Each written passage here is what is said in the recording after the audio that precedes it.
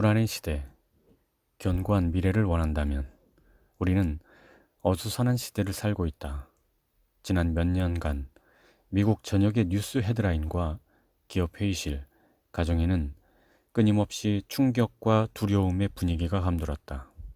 세계화, 아웃소싱, 다운사이징, 자산 압류, 서브프라임 모기지 및 신용부도, 스와프, 금융사기, 월스트리트 실패, 경기 불황, 우울한 뉴스가 꼬리에 꼬리를 물고 모습을 드러냈다. 2009년 초 몇 달 동안 미국 기업의 해고 규모는 매월 약 25만 명에 달했다. 그해 말 실업률은 10.2%를 넘어섰고 불안전 고용 비율은 그보다 더 심각했다. 일자리 감소가 심각한 파급 효과를 발생시켜 여기에 영향을 받지 않는 사람은 거의 없었다.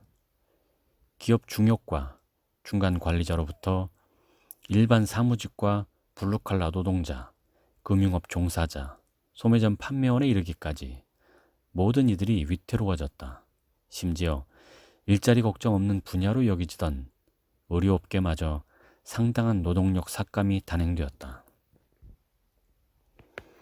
2008년 가을, 수많은 사람들이 갖고 있던 은퇴 포트폴리오의 가치가 한순간에 절반 혹은 그 이상이 날아가 버렸다. 부동산은 붕괴했다. 사람들이 견고하고 믿을 만한 자산이라고 생각했던 것들이 수증기에 불과했다는 사실이 드러났다. 안정된 직업이란 지나간 과거의 존재물이 되었다. 2009년 US 투데이가 실시한 여론조사 결과 미국인의 60%가 당시의 경제 상황을 인생 최대의 위기로 여기는 것으로 드러났다. 물론 당신은 이 모든 것을 이미 알고 있다. 하지만 당신이 모를 수도 있는 사실이 여기 있다.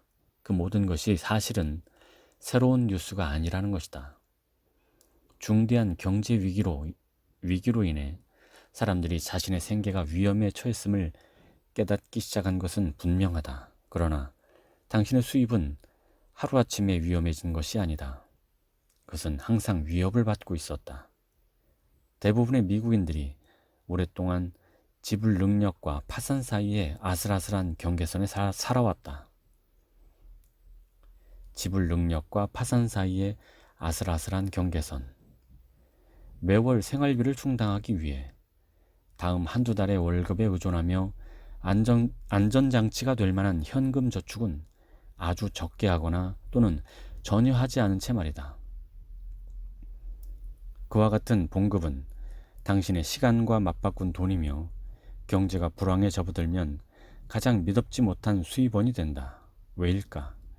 고용 인구가 감소하기 시작하면 근로자들의 가용 수입도 줄어들고 그에 따라 소비 역시 줄어들어 다시 근로자들의 수입 감소가 직결되기 때문이다. 내가 말하지 않았던가? 이런 말은 하지 않으려고 했지만 내가 전에 말하지 않았던가? 나는 수년 전부터 이 이야기를 반복해왔다. 이제 더 이상 안전하고 안정적인 직장은 없다. 미국 경제계는 지난 세기의 공룡이 되어 멸종 위기에 떨고 있으며 당신이 진정으로 안정된 미래를 보장받을 유일한 길은 당신 스스로 미래를 지배하는 것이다. 당신 스스로 미래를 지배하라. 부자 아빠의 비즈니스 스쿨에서 나는 다음과 같이 썼다. 미국을 비롯한 수많은 서구 국가에서 곧 금융재앙이 닥칠 것이다. 이는 학생들에게 적절하고 현실적인 금융교육 프로그램을 제공하지 못한 교육 시스템의 실패에 기인한다. 책이 출간된 그해 나이팅게일 코넌트사와의 인터뷰에서 나는 다음과 같이 이야기했다. 만약 뮤추얼 펀드가 믿을 만한 수입원이라고 생각한다면, 만약 요동치는 주식시장의 기복에 인생을 걸고자 한다면 그것은 당신의 은퇴 후 삶을 건 도박이다. 은퇴 후의 삶을 건 도박. 만약 주식시장이 화랑을 맞았다가 당신이 85살이 되었을 때 무너져 내린다면 어떻게 될까? 당신은 그런 상황에서 어떤 통제력도 발휘하지 못한다. 뮤추얼 펀드가 무조건 나쁘다는 얘기가 아니다. 나는 그저 뮤추얼 펀드가 안전하지도 않고 완벽하지도 않으며 따라서 나라면 내 재정 미래를 그것에 걸지 않겠다는 얘기를 하는 것이다. 역사상 그 어느 때보다 더 많은 사람이 주식시장에 자신의 은퇴 후 삶을 의존하고 있다. 그것은 정신 나간 짓이다.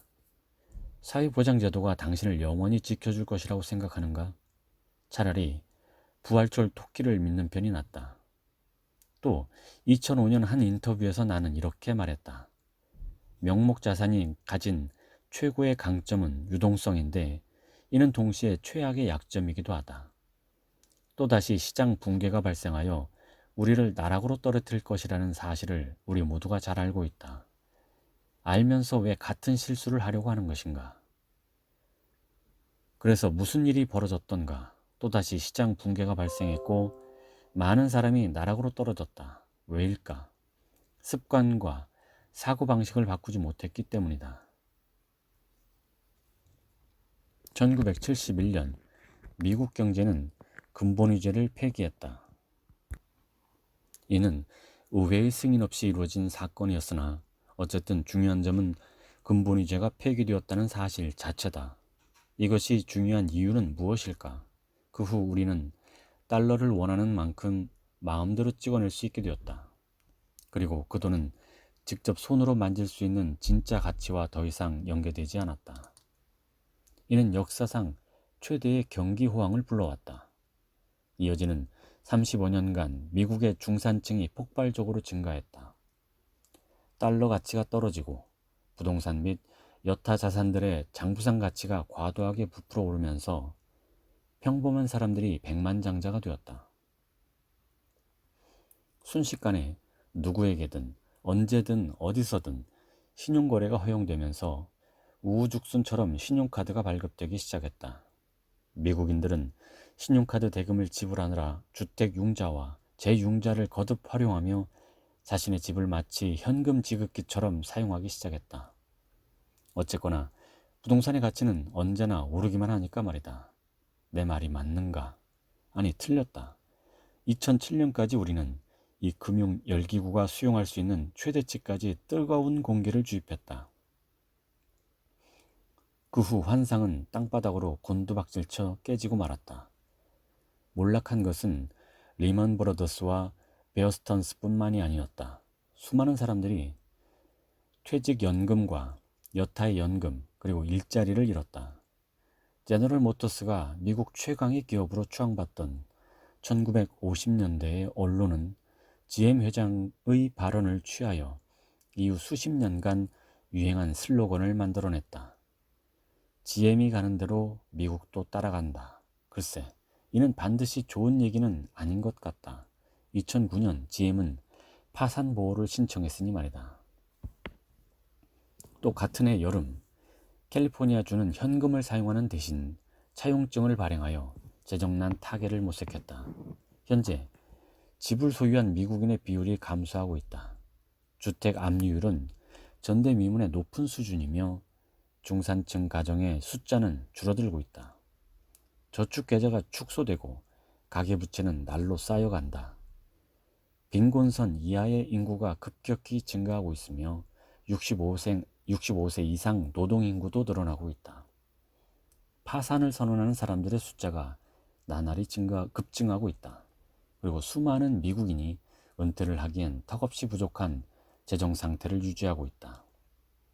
이 암울한 소식들에 정신이 번쩍 드는가? 물론 그럴 것이다. 그리고 당신 혼자만 그런 것도 아니다.